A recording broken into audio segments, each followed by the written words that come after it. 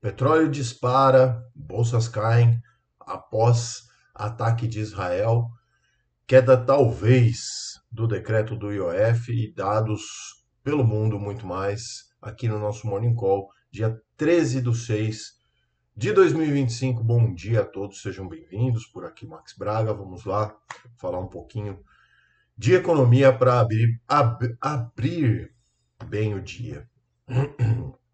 Perdão, frio é difícil, né? Às vezes a voz dá uma falhadinha no começo do dia. Bom, vamos lá. Começar pelo cenário macro, então, hoje, voltando aqui ao formato mais tradicional, Reino Unido, né? Dados de abril indicaram, então, uma retração na atividade econômica no Reino Unido. O PIB mensal por lá caiu 0,30%, ficou pior do que o que era esperado, né? A retração era esperada era de 0,10%. Reverteu também um crescimento que houve no mês anterior, que também foi pequeno, de 0,20. Na comparação anual, a economia do Reino Unido cresceu 0,90%, tá? Abaixo dos 1,10 que estava registrando então no mês anterior, né, com os dados antecedentes. Tá? O setor de serviços por lá cresceu levemente, 0,6 de crescimento e também ficou um pouquinho abaixo da expectativa que era de 0,7, tá? E a produção industrial recuou, né, 0,60 no mês e 0,30% em relação ao mesmo período no ano anterior, que ainda demonstra então sinal de fraqueza no setor secundário então da economia.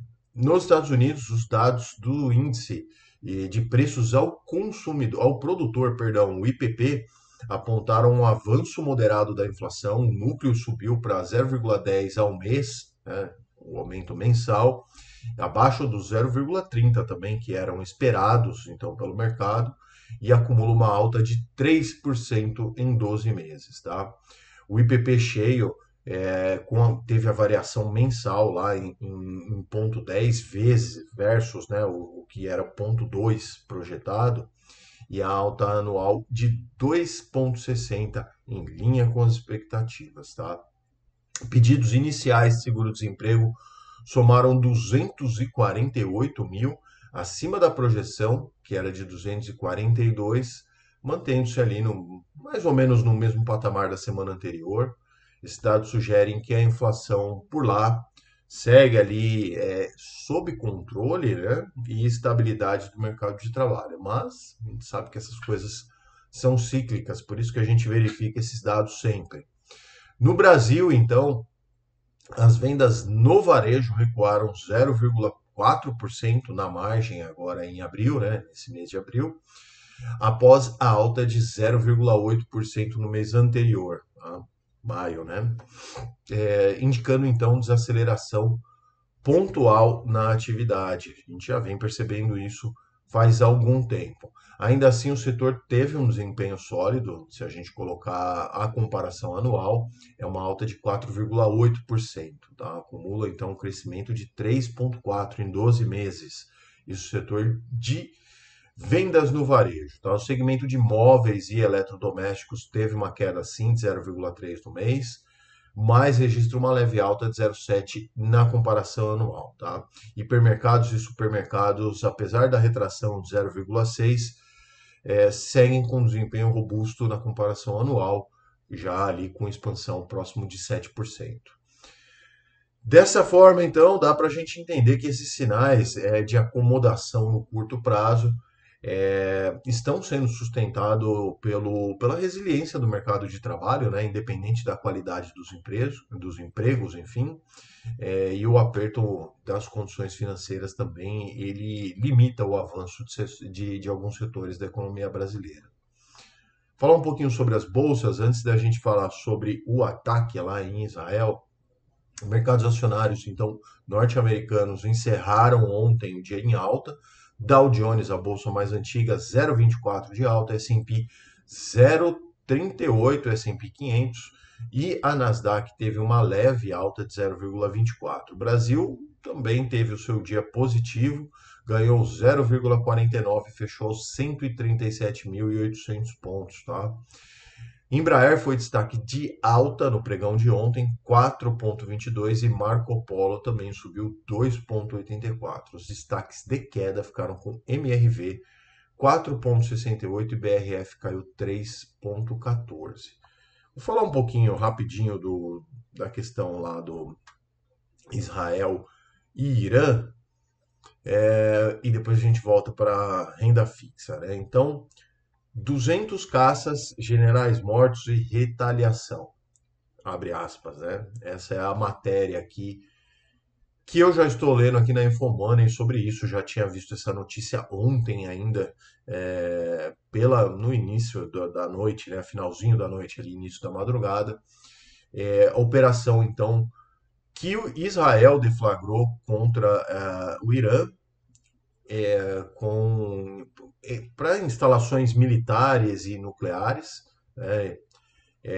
O que isso na hora já provocou aqui nos mercados financeiros foi um avanço do petróleo de até 13% e depois deu uma acomodada, as bolsas também chegaram a subir bastante, a cair bastante, perdão, e aí depois deram uma estabilizada.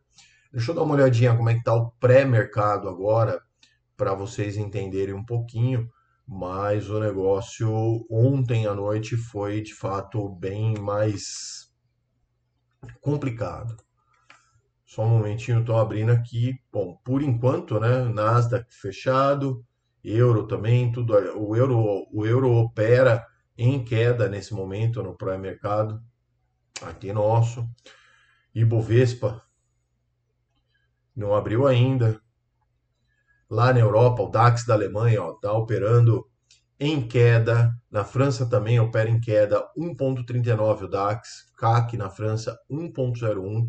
O Eurostoxx 50, 1,35 de queda. Na Espanha também está 1,44.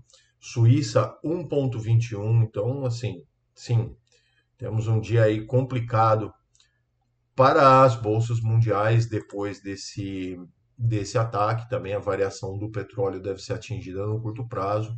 É bom ficar de olho nisso hoje, no dia de negociações aqui de bolsa, tá? Enfim, né? Tem todo o contexto depois da questão retaliação, enfim, guerras são complicadas. E ali já dura muitos e muitos anos. Bom, vamos lá, falar um pouquinho de renda fixa para encerrar aqui. Os juros dos Treasuries, então, terminaram com um movimento de queda. O T10, que é o título de 10 anos dos Estados Unidos, caiu para 4,36 e o de 2 anos voltou ali abaixo da média, né, de 4%, está entregando agora 3,90, tá? No Brasil, o último pregão de juros futuros, eles estavam subindo, pressionados por um leilão do Tesouro Nacional que surpreendeu o mercado com uma oferta elevada de papéis pré-fixados, incluindo, inclusive, né, 6 milhões de NTNF, tá, que é um papel assim, tem um risco adicional, né, e foi bem superior, inclusive, às taxas aí das últimas emissões, então surpreendeu um pouco o mercado, claro, né?